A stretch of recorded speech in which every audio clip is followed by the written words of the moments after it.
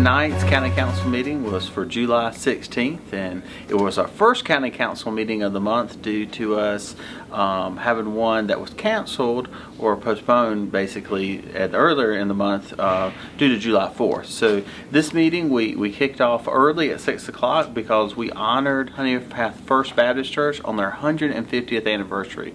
So a remarkable group of people down there who've been making an impact in the community for a long time.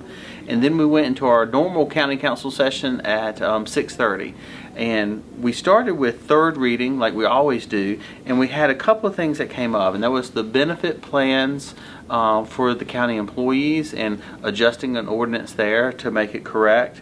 And then also it was the third reading on what we called summer adjustments, and that's something we've been talking about throughout the spring, where the billing for water and sewer and how the county interacts with your water company, there's a discrepancy there that we corrected, that will correct billing for future, but it will also still allow people to fill up their pools once a year and not to get adversely affected by that. So, and then from there we went into an economic development item that was pretty routine that helped local industry.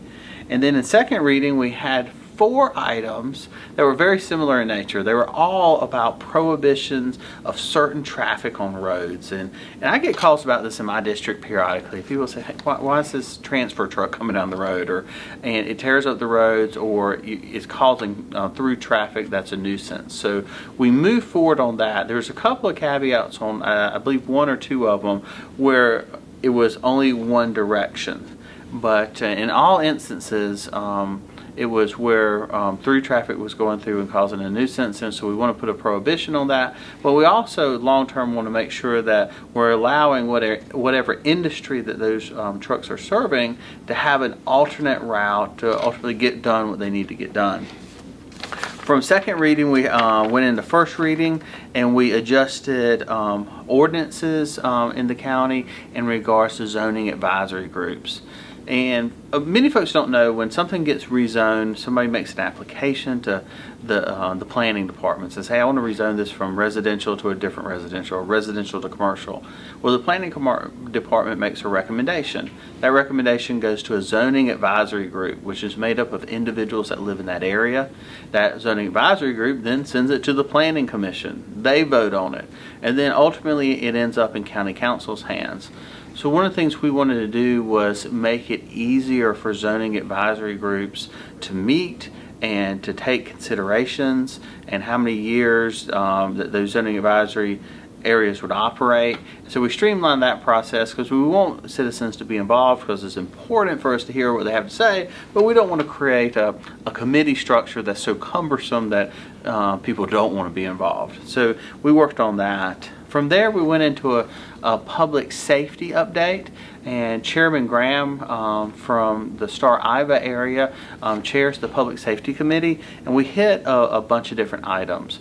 We still have a committee that's looking at everything related to justice and the jail system, because our sheriff's doing a great job. He's tackling the streets and making it safer, but what that does, it brings more people into the system. It puts more people in the jail, it puts more people in the system to be handled. So we want to make sure we're doing that efficiently, and that we're bringing all stakeholders to the table, so that when we make upgrades to systems or buildings or departments, that we're doing so in a way that everybody's working together. We also talk about radios a good bit, and this was something that was new to me when I came on council. Is radios throughout the county are a big deal, because you have EMS, you have fire, you have police departments, but not only do you have the county, you have the city. Well, everybody needs to be able to talk on the same radio frequency. Well, that sounds simple enough, but these radios and these systems are complicated.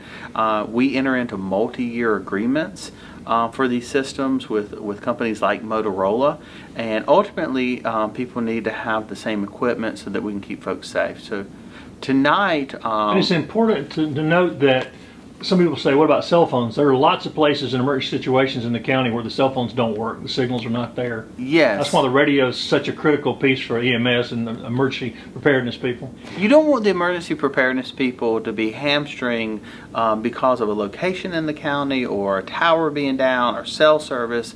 They need to have immediate back and forth contact to keep us safe. So tonight, we allocated where the city of Anderson was going to get some new radios updated to be in conjunction with the county, and also our information officer had created a situation with our existing contract where we could save some money on it but still meet those requirements. So that went through the Public Safety Committee, and then we had an update on something that is probably, I don't think about it, nobody else necessarily thinks about it, but the coroner obviously finds people who have passed away. Well, they don't always have a private place to take them, so we have a morgue agreement with the hospital, and basically that's where the bodies would go until they're processed. So we upped that morgue agreement to go multi-years, way into the future, so that we'd always have a place to take care of people who have been deceased, and that no matter who we're operating with, that we'd have capacity and that would work well. Also, we talked about EMS. We're going to put a new EMS position near the Arthrex in Sandy Springs, and also in 3 and 20 up toward the Powdersville area. It's just to make sure that we're covered throughout the county so the EMS can respond properly. And then we talked about medical control, and that's working with EMS and the hospital and the doctors to make sure people get a standard of care that's consistent throughout the county. One item of note, and I'm glad that the county's doing it, is potentially this fall our EMS director is working on a multi-incident drill. And that's like, what if, unfortunately it's a reality, but what if a lot of people got hurt at one time? Will our EMS, or our police, or our ER, where all of the different folks that are here to help us, will they come together and they practice to make sure that they can coordinate and help us if something like that were to happen? We're used to the routine calls of somebody having a heart attack or a car accident, but if many people were to get hurt at once, we want to make sure that our procedures work and that we're working together. From there, we went into the Finance Committee, which I chair, and we talked about two things. One is an upgrade we're making to Green Pond Landing. Some questions we had was, we spent a lot of money at Green Pond Landing. What's this for? And this was a settlement from the PCB lawsuit that goes back many years of about $650,000 that was coming to the county, and that money can be used on recreation for the lake. Well, that's our #1 recreation center. Well, we put another amount of money on top of that. That's accommodations tax. That's the amount of money that we collect when somebody stays in a hotel. So that's pretty much folks who are coming from outside the county. So we took this settlement money, we took this accommodations tax money from out of county residents, we put it together. We're going to make Green Pond Landing more disability accessible, and at the same time enhance the capabilities for more launching and for dock use out there. So that was a bid that we discussed and we ultimately approved. And it's been part of phase 2, and people might forget that the last time I talked to Neil Paul at Visit Anderson, the best estimates they have on to date of the economic impact of the bass tournaments just at Green Pond have been like $25 million on the community.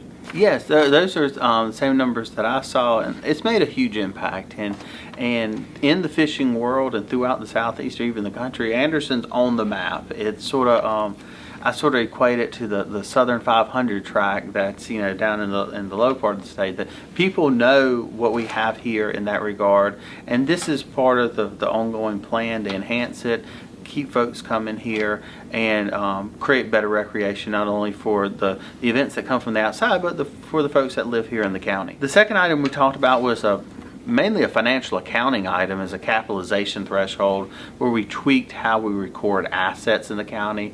We went with recommendations that come from the National Government Accounting Advisory Board. So that's something that probably we should have been doing for a long time, but we made a decision tonight to make that more streamlined and easier. And then we went into executive session about voter registration. And we came out with a request to delay a decision. And this ultimately stems from the state is allocating some pretty big money for everybody to get new election machines, voting machines that we all go to the precincts and use. Well, they'll come down to the county, but then the county has responsibilities to make sure these things work right, to have trained people there, to do maintenance. So what they're trying to basically figure out is who's responsible for what. The county doesn't want to take something without understanding what their responsibility is, but also at the same time we want to meet all the requirements of voters and elections and move it forward. So tonight the council said we got some more questions. There's some things our legal team wants to look at further, and they're going to come back in 2 weeks and we'll look at it again. Right now, there's time for that. We've got time to look. Yeah, we definitely had. That was the big thing is we always want elections to go off without a hitch because they're very important to the public. Confidence that they're done correctly and that they're accessible by everyone and that it's done right. And we still have time to work out these contractual items, and our team's looking at that. And I feel fully confident we'll revisit it in the next council meeting and have updates. And then at the end, it's the beginning of the budget year. So at the beginning of the budget year, there's more money in the pot, and so we had requests from all the different council members for all the different groups around the county who are. And they're doing work helping from homeless people to widows to youth track events to recreation events, you name it, arts events, where different allocations were made by different council members.